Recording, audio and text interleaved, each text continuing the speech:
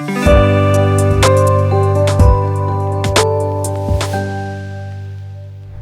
ಅರಣ್ಯ ಪ್ರಾಜೆಕ್ಟ್ಸ್ ಬಗ್ಗೆ ಬಹಳಷ್ಟು ವಿಷಯ ತಿಳ್ಕೊಳ್ಳೋವಾಗ ಒಂದು ಕ್ಯೂರಿಯಾಸಿಟಿ ಸರ್.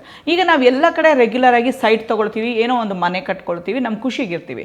ಇಲ್ಲಿ ಇನ್ವೆಸ್ಟ್ಮೆಂಟ್ ಪರ್ಪಸ್ ಅಂದಾಗ ಹೋಲ್ ಸೈಟೇ ನಾನೇನಾದರೂ ಇನ್ವೆಸ್ಟ್ಮೆಂಟ್ ಪರ್ಪಸಲ್ಲಿ ಮರಗಳನ್ನ ಸಸಿಗಳನ್ನ ನೆಡುವಂಥ ಕಾರ್ಯಕ್ರಮ ಮಾಡಿ ನಾವು ಮಾಡ್ಕೋಬೋದಾ? ಈಗ ಅದೇ ಸಬ್ಜೆಕ್ಟ್ ನಾವು ಡಿಸ್ಕಸ್ ಮಾಡ್ತಿರೋದು. ಈಗ ನೀವು 50-60 ಸೈಟ್ ತೊಗೊತೀರಿ. 50-60 ಸೈಟಲ್ಲಿ ನೀವು ಏನು ಮಾಡಬಹುದು ಅನ್ನೋದು ನೀವು ಡಿಸಿಷನ್ ತೊಗೋಬೇಕು. ನಾನು ಮನೆಗೆ ಜಾಗ ಬಿಟ್ಬಿಟ್ಟು ಬಾರ್ಡ್ರಲ್ಲಿ ಗಿಡ ಹಾಕ್ಕೊಳ್ತೀನಿ ಅಂದರೆ ಅದಕ್ಕೊಂದು ಕಸ್ಟಮೈಸ್ಡ್ ಪ್ಲ್ಯಾನ್ ಸಿಗುತ್ತೆ. ಇಲ್ಲ, ನನಗೆ ಆ ಥರ ಪ್ಲ್ಯಾನ್ ಇಲ್ಲ, ನಾನು ಎಲ್ಲ ಸಸಿಗಳನ್ನೇ ಹಾಕ್ತೀನಿ, ನನಗೆ ಅದರಿಂದ ವೆಲ್ತ್ ಕ್ರಿಯೇಟ್ ಆಗಬೇಕು, with minimum investment maximum returns ಬರಬೇಕು, ಆ ಥರ ಒಂದು ಸಜೆಸ್ಟ್ ಮಾಡಿ ಅಂದರೆ there is a plan already. ನಾನು ನಿಮ್ಗೆ ಹೇಳಿದೆ 12 ಫೀಟ್ ಬೈ 12 ಫೀಟ್ ಗ್ರಿಡ್ ಮಾಡಿದ್ರೆ ಅಬೌಟ್ 140-150 ಸ್ಕ್ವೇರ್ ಫೀಟಿಗೆ ನಿಮಗೆ ಒಂದು ಸ್ಯಾಂಡಲ್ವುಡ್ ಟ್ರೀ, ಒಂದು ಮೆಲಿಯಾಡಿಬಿಯಾ tree as a host plant sandalwood ಇಡ್ಬೋದು. ಹಾಗಾದರೆ 3000 ಚದರ ಅಡಿಗೆ ಎಷ್ಟು ಗಿಡ ಇಡ್ಬೋದು? ನೀವು ಇಡ್ಬೋದು. ನೀವು 12 ಅಂದರೆ 150 ಅಡಿಗೆ ಒಂದು ಅಂತಂದರೆ 3000 ಒಂದು 20 ಟ್ರೀಸ್ ಇಡ್ಬೋದು ಆ ಗ್ರಿಡ್ಡಲ್ಲಿ. 20 ಸ್ಯಾಂಡಲ್ವುಡ್ಡು, 20 ಮೆಲಿಯಾಡಿಬಿಯಾ ಬೆಳೆಯಬೋದು. ಅದಕ್ಕೆ ನಿಮ್ಗೆ ಏನು ಕಾಸ್ಟ್ ಆಗುತ್ತೆ ಅಂದರೆ ಒಂದು 40 ಟ್ರೀಸ್ ಅಂದರೆ 40 ಟ್ರೀಸ್ಗೆ ಅಬೌಟ್ ಒಂದು 4000 ರೂಪೀಸ್ ಪ್ಲಾಂಟೇಷನ್ ಕಾಸ್ಟ್ ಆಗುತ್ತೆ. ಓಕೆ. ನೆಕ್ಸ್ಟ್ ಡ್ರಿಪ್ ಇರಿಗೇಷನ್ ಒಂದು 50,000 ರೂಪಾಯಿ ಡ್ರಿಪ್ ಇರಿಗೇಷನ್ ಆಗುತ್ತೆ. ಮತ್ತು ಫೆನ್ಸಿಂಗ್ ಇವಾಗಲೇ ಅವಶ್ಯಕತೆ ಇಲ್ಲ. ಗ್ರೋತ್ 8 ವರ್ಷ ಆದಮೇಲೆ ನೀವು ಆ ಫೆನ್ಸಿಂಗ್ ಬಗ್ಗೆ ಥಿಂಕ್ ಮಾಡಬೇಕು. ಫೆನ್ಸಿಂಗ್ ಸೆಕ್ಯೂರಿಟಿ ನೀವು ತುಂಬ ಕೇರ್ಫುಲ್ ಆಗಿದ್ದೀವಿ, ನನಗೆ ಬೇರೆ ರೀತಿಯಾದ ಕಾಡು ಪ್ರಾಣಿಗಳಾಗಲಿ ಅಥವಾ ಯಾವುದೋ ಒಂದು ನ್ಯಾಚುರಲ್ ಜಿಂಕೆಗಳು, ನವಿಲುಗಳು ಅಲ್ಲೆಲ್ಲ ಬೇಕಾದಷ್ಟು ಇರುತ್ತೆ. ಯಾಕೆ ನಾವು ತುಂಬ ಫಾರೆಸ್ಟ್ರಿ ಮಾಡೋದ್ರಿಂದ ನೀವು ಪ್ರಾಜೆಕ್ಟ್ಗೆ ಹೋದಾಗ ಇವೆಲ್ಲ ಕಾಮನ್ನಾಗಿ ನಿಮ್ಗೆ ಸಿಗುತ್ತೆ.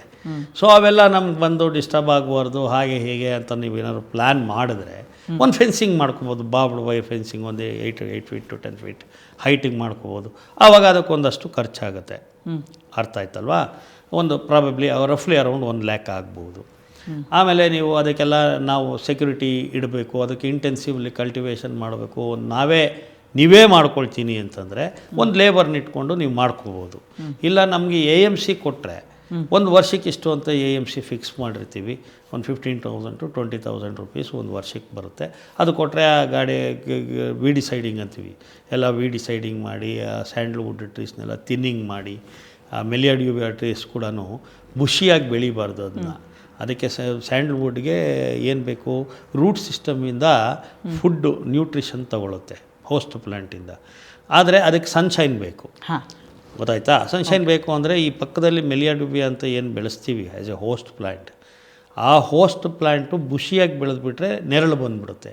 ಅದನ್ನ ನಾವು ಮೇಂಟೈನ್ ಮಾಡಬೇಕು ಅಂತಂದರೆ ಥಿನ್ನಿಂಗ್ ಅಂತ ಮಾಡ್ತೀವಿ. ಥಿನ್ನಿಂಗ್ ಮಾಡುವಾಗ 2 ಟ್ರೀಸ್ನ ಥಿನ್ನಿಂಗ್ ಮಾಡಿದ್ರೆ ಒಂದು ಸ್ಯಾಂಡಲ್ವುಡ್ಡು ಸ್ಟ್ರೈಟಾಗಿ ವಿತ್ ಹಾರ್ಟ್ವುಡ್ ಬೆಳೆಯೋ ಹಾಗೆ ಡೆವಲಪ್ ಮಾಡ್ಬೋದು, ಬ್ರಾಂಚಸ್ ಆಗದಿರೋ ಹಾಗೆ. ಅದಕ್ಕೊಂದು ಸೆಪ್ರೇಟ್ ಪ್ಲ್ಯಾನ್ ಇದೆ, ಆ ಪ್ಲ್ಯಾನ್ ಪ್ರಕಾರ ಮಾಡಬೇಕು.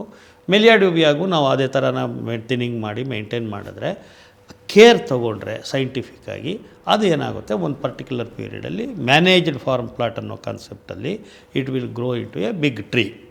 This is a continuous process of monitoring.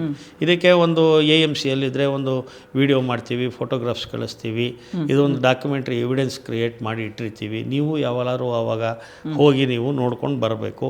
ಮತ್ತು ವಿಡಿಯೋ ಕಾಲ್ ಎಲ್ಲ ಮಾಡಬೇಕು ಅಂದರೆ ಅಲ್ಲಿ ಜನ ಇರ್ತಾರೆ, ಒಂದು ವಿಡಿಯೋ ಕಾಲ್ ಮಾಡಿ ನನ್ನ ಪ್ಲಾಟ್ದು ಟ್ರೀಸ್ದೆಲ್ಲ ತೋರಿಸಿಪ್ಪ ಅಂದರೆ ತೋರಿಸ್ತಾರೆ. This is what exactly is going to happen. These are all possible things. 8 ವರ್ಷ ಆದಮೇಲೆ ತೊಗೊತೀವಲ್ಲ care, that is a second level of planning. ಅದು ಆವಾಗ ಹಾರ್ಡ್ ಆವಾಗ ಥೆಫ್ಟ್ ಆಗೋ ಚಾನ್ಸಸ್ ಇರುತ್ತೆ ಅಂತ ಅಂದ್ಬಿಟ್ಟು ಆವಾಗ ವಿ ಟೇಕ್ ಮೋರ್ ಕೇರ್. ಆವಾಗ CCTV ಕ್ಯಾಮ್ರಾ ಫಿಕ್ಸ್ ಮಾಡೋದು, ಆರ್ಮ್ಡ್ ಗಾರ್ಡ್ಸ್ ಇಡೋದು, ಡಾಗ್ ಸ್ಕ್ವಾಡ್ ಇಡೋದು, ಇವೆಲ್ಲ ಇಶ್ಯೂಸು ಬೇಕಾದಷ್ಟು ಬರುತ್ತೆ. ಅದಕ್ಕೇನು ಚಾರ್ಜಸ್ ಇರುತ್ತೆ. ಅದೆಲ್ಲ ಯಾರ್ಯಾರು ಈ ಥರ ಮಾಡಿರ್ತಾರೆ ಎಲ್ಲ ಕಂಬೈಂಡಾಗಿ ಮಾನಿಟ್ರ್ ಮಾಡಬೇಕಾ ಅಥವಾ ನೀವೇ ಮಾನಿಟ್ರ್ ಮಾಡ್ಕೊಳ್ತೀರಾ ಅಂತ ಮೇಂಟೈನ್ ಮಾಡ್ಕೋಬೋದು.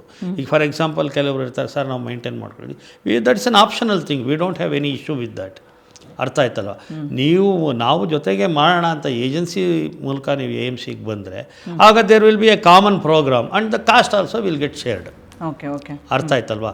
But returns once it comes to a harvesting point, that returns would be many times more than the investment. ನೀವೇನು ಇನ್ವೆಸ್ಟ್ ಮಾಡಿರ್ತೀರಿ ಅದಕ್ಕಿಂತಲೂ ಬೇಕಾದಷ್ಟು ಸಾರಿ ಡೆವಲಪ್. ಈ ಲ್ಯಾಂಡ್ ಅಪ್ರಿಸಿಯೇಷನ್ ಇನ್ವೆಸ್ಟ್ಮೆಂಟು ಅದು ಸಪ್ರೇಟಾಗಿ ಬರುತ್ತೆ ನಿಮಗೆ. ಲ್ಯಾಂಡ್ ಸೇಲ್ಸ್ ಮಾಡೋದ್ರಿಂದ ನಿಮಗೆ ಬರುತ್ತೆ. That is a different concept. That is you have to take it apart as an investment product. ಈ ಸ್ಯಾಂಡ್ಲ್ವುಡ್ಡು ನಾನು ಬೆಳೆಸ್ತಿರೋದ್ರಿಂದ ನನಗೆ ಎಷ್ಟು ಖರ್ಚಾಗಿದೆ, ಎಷ್ಟು ರಿಟರ್ನ್ಸ್ ಬರುತ್ತೆ ಅನ್ನೋದು separate part. You have to make 2 parts and ಎರಡೂ ಆಪ್ಷನಲ್. ಸೊ ಅರಣ್ಯ ಒಂದು ಪ್ರಾಜೆಕ್ಟಲ್ಲಿ ಟೋಟಲ್ ಇನ್ವೆಸ್ಟ್ಮೆಂಟ್ ಮಾಡಿದ್ರೆ ಎಷ್ಟು ಉಪಯೋಗ ಅಂತ ನೀವು ಬಹಳಷ್ಟು ವಿಷಯ ತಿಳಿಸ್ಕೊಟ್ರಿ. ಅದ್ರ ಜೊತೆಯಲ್ಲಿ ಮೇಂಟೆನೆನ್ಸ್ ಕಾಸ್ಟ್ ಅಂದಾಗ ಇನ್ನೂ ಬೇರೆ ಬೇರೆ ಖರ್ಚುಗಳು ಬರುತ್ತೆ. ಅದ್ರ ಬಗ್ಗೆ ನಾನು ನೆಕ್ಸ್ಟ್ ಎಪಿಸೋಡಲ್ಲಿ ನಿಮ್ಮ ಜೊತೆ ಮಾತಾಡ್ತೀನಿ ಸರ್. Thank you. ನಮಸ್ಕಾರ.